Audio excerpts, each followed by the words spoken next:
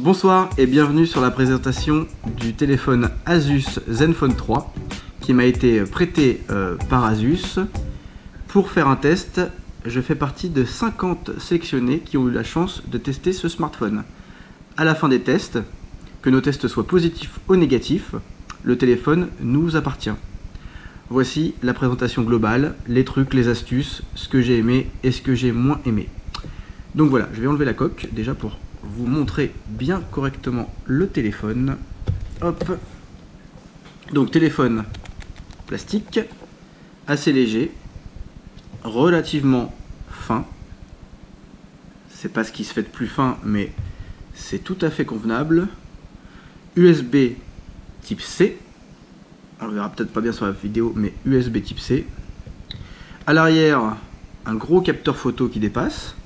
Rien de gênant. Le capteur d'empreinte. Le double flash.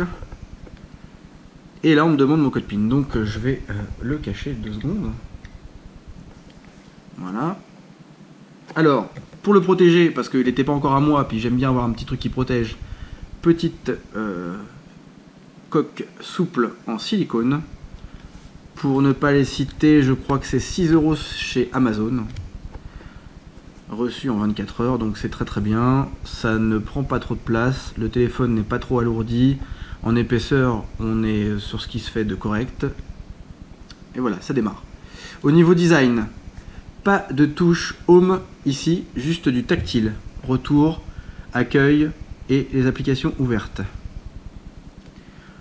Pour le bouton de déverrouillage, capteur d'empreinte ici. Alors c'est très pratique quand on le sort de sa poche et qu'on met son doigt ici. Ça se fait tout naturellement et ça débloque très rapidement le téléphone. Vous voyez, j'éteins, je rallume, c'est très rapide. Bien sûr, quand votre téléphone est posé sur la table et qu'il est éteint, eh bien, pas très pratique de ne pas avoir un bouton physique ici. Donc obligé d'allumer là.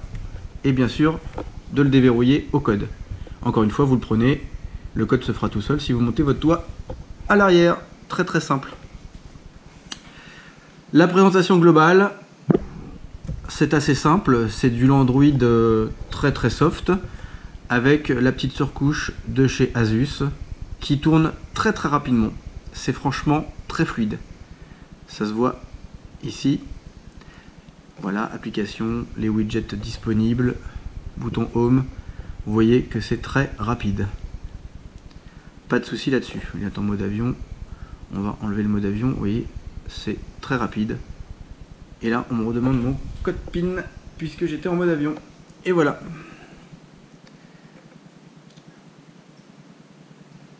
Hop là.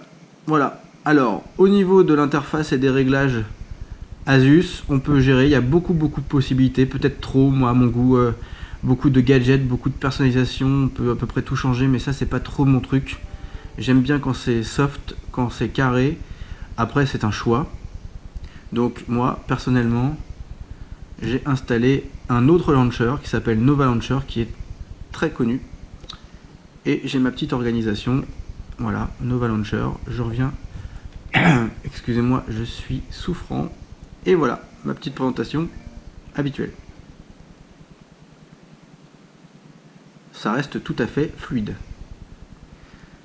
La petite question qu'on pourrait se poser, c'est est-ce qu'un launcher annexe va utiliser plus de batterie? Bien non, moi j'ai pas vu trop de différence. Là il est en veille mode avion depuis vendredi, je suis à 34%. La batterie ça ne descend pas des masses. C'est assez rapide de le charger en USB type C. Par contre, ce n'est pas une charge rapide. Voilà. Le modèle ici présenté, c'est du 5 pouces 2 en diagonale, 64 Go de mémoire. Ce qui est très bien. Double carte SIM. Toujours double carte SIM. Maintenant, sur ce qui se fait à plus de 200 €, je pense, sur les téléphones chinois, parce qu'Asus c'est chinois, il y a toujours double carte SIM. Ça serait dommage de ne pas les avoir. Ici, il y a une seule carte SIM à l'intérieur. Il est en Wi-Fi. Les petits réglages habituels, vous reconnaîtrez de l'Android classique avec une petite présentation à la Asus qui est soft. Après, il y a quelques petits gadgets comme optimisation, etc. avec des petites animations Asus qui sont assez marrantes, mais bon, ça c'est plutôt gadget, mais ça permet de tuer toutes les tâches et d'avoir un téléphone qui repart sur de bonnes bases, même si, je le répète, il est très très fluide. Voilà la présentation des menus de réglage chez Asus, des petites couleurs, c'est assez sympa. En termes de mise à jour, c'est très régulier. Mise à jour du système très très régulière. Je n'ai pas encore reçu Nougat. Alors en France, je ne sais pas quand est-ce qu'il est développé, mais ça ne devrait plus trop tarder. En tout cas, cette version-là fonctionne bien. Aucun problème au niveau du réseau. Au niveau de l'accroche, il est très bon. 4G, Wi-Fi. Pour information, bon, moi j'ai la fibre, je suis en Wi-Fi. Si vous voulez tester un petit peu et voir ce que ça donne, regardez. Voici le débit en Wi-Fi, ce qui est quand même pas mal du tout. Moi j'ai un abonnement qui va jusqu'à 280 mégas en Ethernet et je suis ici à 110 mégas en Wi-Fi, ce qui est pas mal, pas mal. Voilà. Un bon téléphone, très bon téléphone, une bonne autonomie, 64 Go de mémoire, c'est top. Il tient bien en main avec une coque. Sans la coque, j'ai tendance à le trouver glissant. Avec la coque en silicone, plus de problème. Le côté vraiment positif de cet appareil, c'est la qualité photo.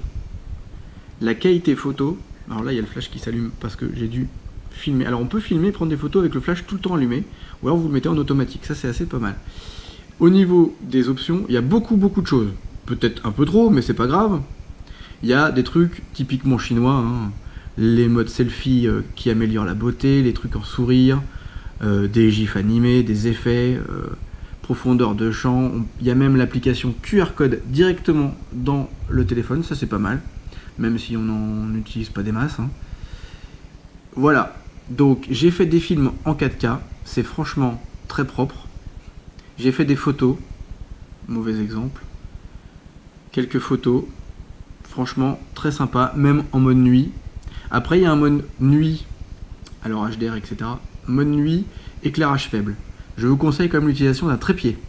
Ça c'est un peu indispensable parce que vous risquez de bouger et la photo sera floue. Par contre, nuit ou éclairage faible, il arrive quand même à bien s'en sortir. Donc niveau photo, c'est franchement un très très bon téléphone.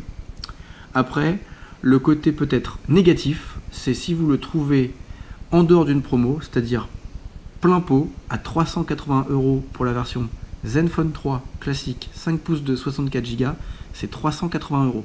Je trouve que ça fait un peu cher, parce que pour le même montant, on commence à avoir de l'haut de gamme sur des concurrents chinois pas mauvais du tout. Un peu plus costaud en termes de puissance. Bien que ça soit fluide, si on fait pas de jeu en 3D, etc., il n'y a aucun problème. Moi, je ne suis pas joueur. Je suis plutôt photo, vidéo, réseaux sociaux et internet. Et il faut que tout ça tourne. Beaucoup de musique, etc. Et ça tourne, pas de problème. Netflix, Canal+, YouTube, aucun problème. Très bonne qualité d'image. L'écran est très sympathique. Il est pas à fond, il est à fond. Voilà, il est à fond là. Peut-être qu'il sera trop à fond même pour la vidéo, mais c'est pas grave. Voilà pour la présentation du Zenfone 3. Donc je suis très content d'avoir reçu ce téléphone pour faire un essai avec 50 autres personnes. Ça s'est vraiment très bien passé. Je remercie Asus. Je remercie aussi les collègues sur le Facebook dédié à l'utilisation du smartphone. C'était vraiment des bons échanges, vraiment très sympa. Et j'espère pouvoir tester d'autres produits de la marque. Merci de votre attention.